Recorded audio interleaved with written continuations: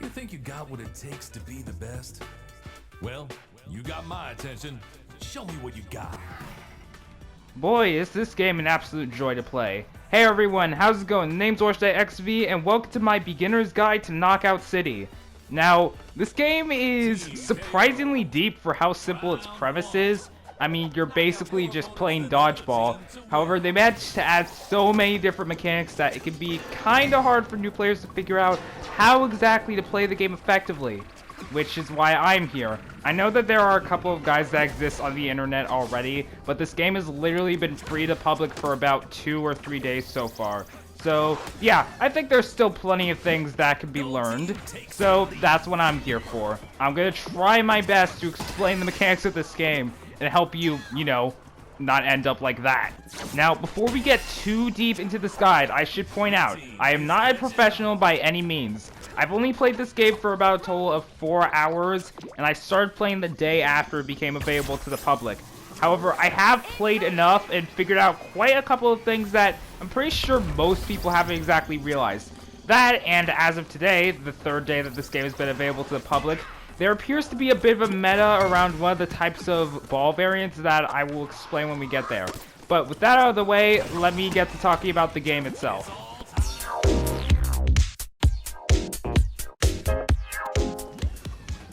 So I'm not exactly going to go over the basic rules here because I feel like most people should be aware of how dodgeball works. And the game does a pretty good job at explaining the general rules anyway.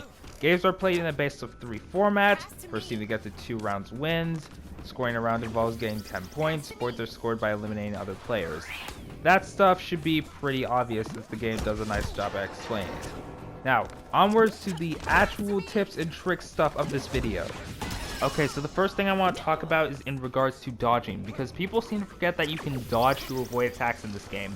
I get why they would forget that since this game plays with an auto-locking feature, which basically makes the balls track around and hit you, so you don't have to actually aim, and that makes the game more focused on timing your catches, so you can get that perfect catch and get supercharged on the ball to make it incredibly fast and hard to avoid.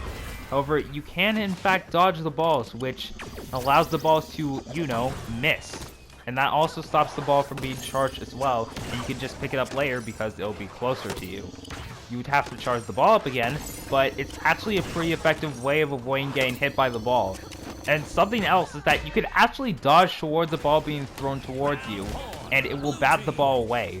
It's actually really clever and a good way to close in the distance while also, keeping yourself from getting attacked. The next thing that I want to bring up are the trick shots that people tend to do in this game. Now, I'm assuming that, like me, you're probably one of those people that hopped into the game, and at some point you saw a bunch of people doing these really cool curve shots. Or you remember seeing curve shots available in the game's trailer, and you were wondering, hey, how do I do that? These people are doing all these awesome shots and throwing me off, and it's really frustrating. So, how can I throw them off in the exact same way? Well, let me tell you, dear viewer.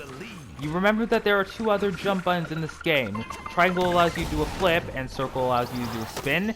Yeah, in order to perform a trick shot, you need to press one of the alternate jumps, and then throw the ball. So, pressing circle and then releasing your shot will allow you to do a curve shot, which can track around obstacles and hit people from the side. Pressing triangle allows you to do a flip shot, which is more or less a lob shot in this game, which throws the ball over obstacles and hit them from above. Which, yeah, it's a pretty clever way of attacking other players.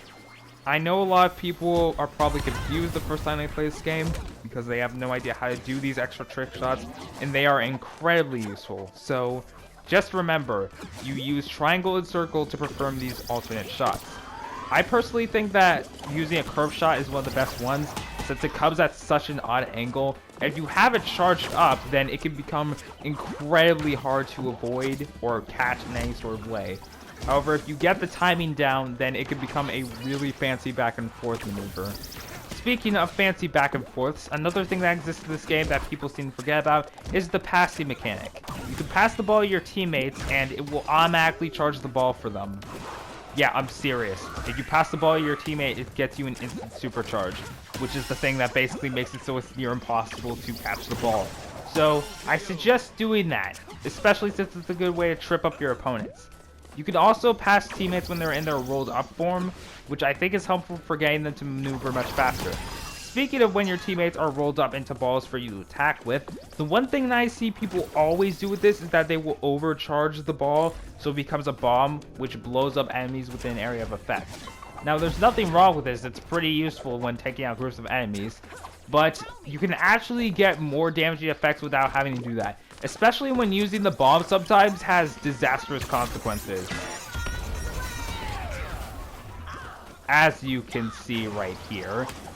Anyways, you don't exactly need to charge your teammates in order to do a lot of damage with taking out opponents. The thing is, if you hit an opponent with your teammate, it's actually an instant takedown.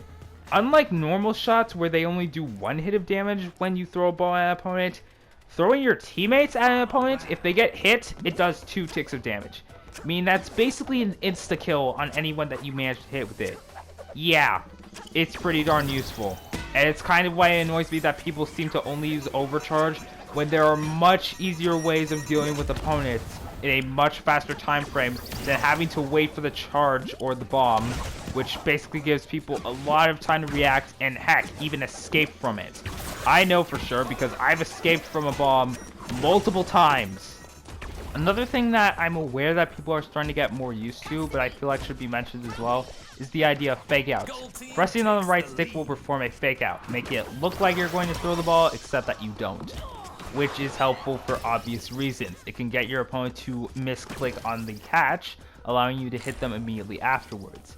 Although the same effect can also be achieved by, you know, throwing the ball slowly, because most people, I know that I have, will accidentally catch at the wrong time if you're at the right distance and the ball is thrown at the right speed. The ball doesn't always have to be fast in order for you to hit your opponent.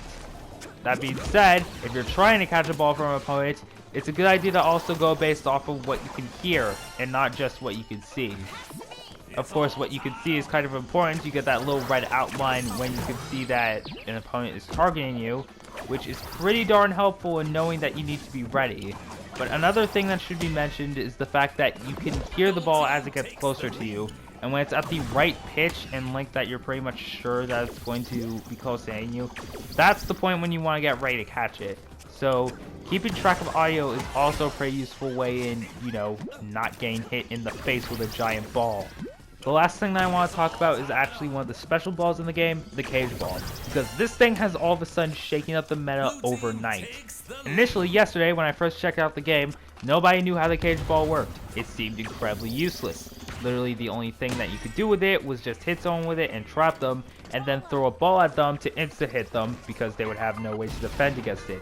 And now, as of the following day, 3 days into this game's free-to-play weekend, or free-to-play week, whatever you want to call it, the meta has all of a sudden changed to trap someone in the cage and then throw them off the map. That is an incredibly clever use, albeit an incredibly annoying one if you're the victim of it. But yeah, you can hit someone with a cage ball and then fling them off of one of the chasms in the map, since it's instantly a point for your team. And while it is incredibly cool, it is incredibly annoying to have to deal with. Especially since recovering from falling off of the map isn't exactly something that you can do easily, since neither the spin or flip secondary jumps are very good when it comes to recovery, even if you can do them multiple times in a row. And if you accidentally pop out your glider first, well, you are out of luck. That's all the major tips I have for you guys for today. So, to recap, make sure you use circle to do curve shots. Make sure that you're passing the balls to your teammates to get instant charges. Make sure that you're throwing your teammates normally instead of using the ball all the time, since you can instantly take someone out in one throw. And lastly, abusing the cage balls is one of the most annoying things that exists in this game. With that being said, I am now going to show you a short montage, or at least a somewhat interesting montage, of me being, you know, really clever in this game, since I know what I'm doing, and I've definitely had some pretty insane plays and clutches, such as this. So yeah, let me just show you the moments where I've been rather good at this game, because I'm sure that you guys would like to see someone who knows how to put these tips into action. So with that out of the way, I hope you guys enjoyed this little tips video, and I hope you guys enjoyed the ensuing montage. Perhaps the strategies that I present here will be useful to you if you know what you're doing. So, let's get on with it.